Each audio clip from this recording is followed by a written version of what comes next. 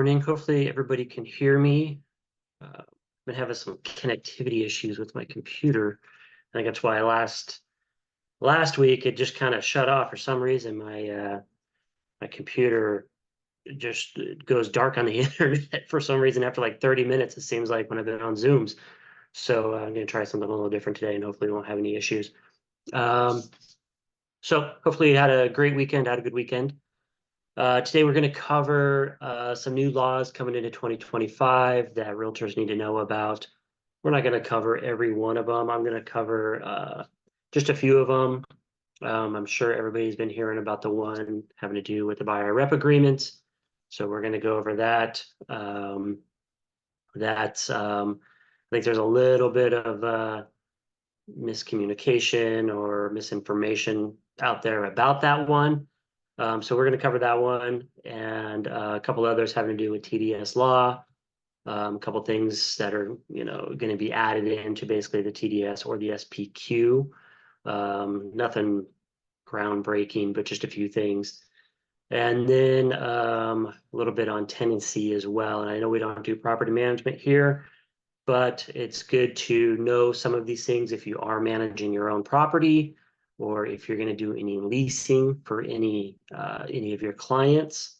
It's good to know a few of these changes that are coming up. So I'd like to get started with just a little bit of news, and you might be feeling it, you might not be feeling it. So where we're at right now, I think we are all kind of expecting a much better, year three after the rates had climbed up so high so fast. And it seems like it's been about the same. Sales volume has continued to be low. NAR report just came out, and new home sales are actually up about 1.5%.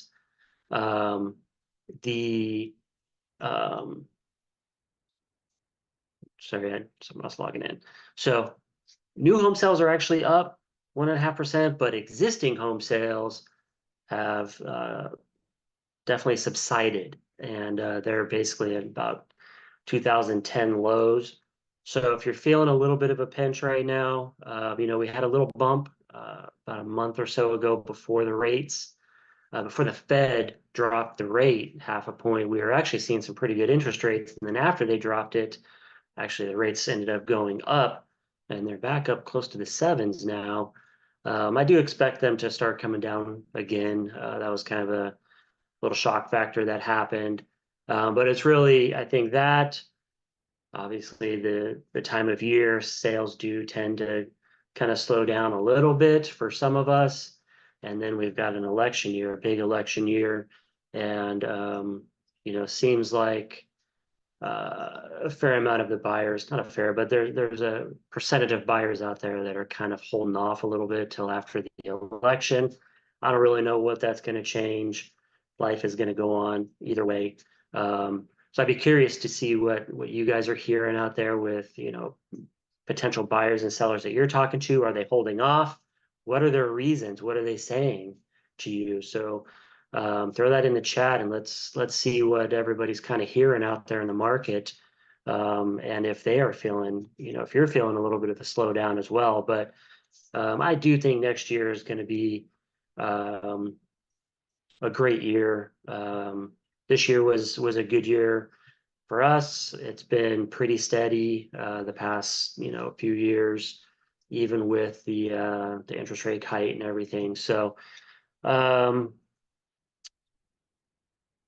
leading into that, with a lot of buyers kind of sitting on the fence right now, there's a fair amount of them that are ready. 38% of the population feels very prepared to purchase, but it seems like they're just kind of sitting on the fence a little bit, waiting for, again, election, interest rates, different things to happen. So I'd be super curious again to see what you're hearing out there. Why are your potential clients sitting on the fence right now?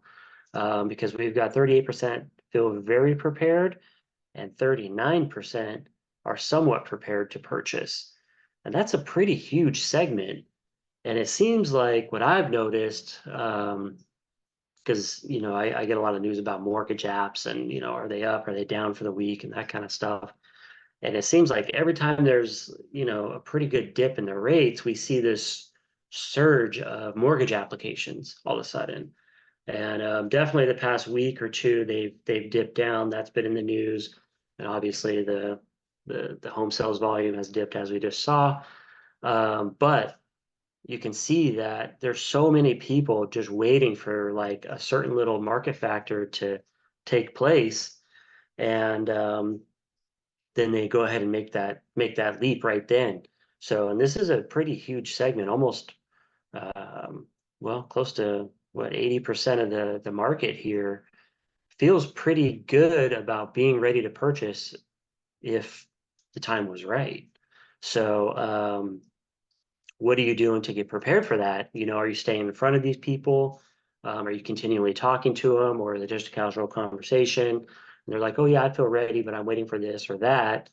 Um, or are you just kind of letting them go? Are you, you know, is it a casual conversation and then that's it?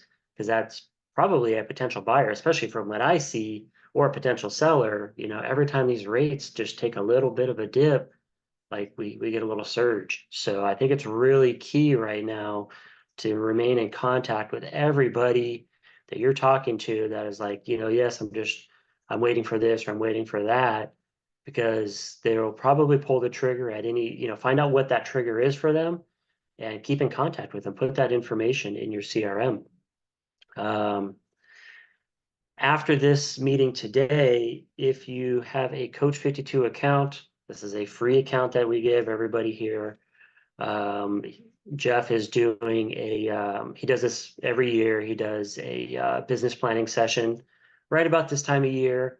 This is really good to just pop in. It's a free coaching session. It's today after this meeting. If you want to go into your Coach 52 account and log in, you can watch him live, and he's going to go over his business planning session. Um, I believe he has an accountability session after that as well, but this is how you do it. Just go to coach52.com, you log in, go to menu, Coach 52 live, and then boom, go live. If you need a Coach 52 account, send an email. You can send it right now if you want over to Roxanne, info@riserealtyca.com. Ask for a Coach 52 account. She'll get you set up, and you can go ahead and watch that business planning session with Jeff. So okay, so let's roll into the rumors. So I saw a couple, I call them viral videos or whatever, from realtors actually stating that there's not going to be any more buyer rep agreements because um, this bill 2992 passed, which it did, but it absolutely does not mean that there are no more buyer rep agreements in California. And that's kind of how these videos were, you know, alluding to that. That's gone away. We don't have to do it now, or it's not gonna. We don't have to do it at time of touring the property and things like that. And it's actually not true. So for one thing, this law does not go into effect until January 1st. So as of right now, status quo. It's 1 to 4 units, residential sales. You have to have a compensation agreement. I'm not saying a buyer rep agreement, a compensation agreement in place with your client prior to touring the home. So nothing has changed there. That is the rules of the NAR settlement. And that's actually not going to change after January 1st either. This 2992 requires buyer representation agreement to be executed between a buyer's agent and a buyer as soon as practical, but no later than the execution of the buyer's offer to purchase the property. But what you have to remember is if you are a MLS participant, that is who the NAR rules pertain to. So if you are a realtor, if you have MLS membership, nothing is changing. You're still going to have to do it prior to touring the property even after January 1st, 2025. So, and that's what we're talking about right here. MLS participants, 1 to 4 unit transactions must be entered into prior to touring your property when working with a buyer per the NAR settlement terms. What the California the 2992 is stating is basically everybody now has to have a buyer rep agreement in place as soon as practical. So we've gone from just MLS participants to everybody. If you're a licensee, even if you're not a realtor and you are not a MLS member, you will have to have a buyer rep agreement in place, not prior to touring the property, but prior to writing the offer. So this is going to pertain to a much more expansive type of property. It excludes leases and rental agreements, but the new law starting January 1st is going to apply towards real property improved 1 to 4 unit. So this is the same as now. Multi-unit residential property with more than 4 dwellings. So currently that's not a requirement. So this will be new.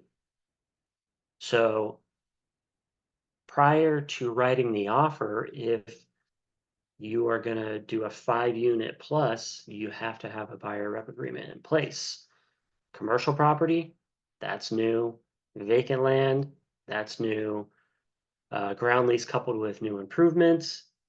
Manufactured home or mobile home, when offered for sale or sold through an agent, pursuant to the authority contained in section, well, Business Professions Code right there. So the changes are that now it's required on even more properties. So even our commercial friends out there, the commercial real estate agents out there that are non-MLS members, things like that, they're going to have buyer rep agreements now. Vacant land, everything, you'll have to have a buyer rep agreement. But per the NAR rules, if you're an MLS participant, it has to be prior to touring the property. So nothing has changed with that. It's actually, I want to say California made this more stringent, as to now it applies to essentially every licensee for most of the sales that we're going to be doing. Again, it does not apply to leases and rental agreements, the sale of state or federal land, loan brokering services. So when do you have to have the agreement in place?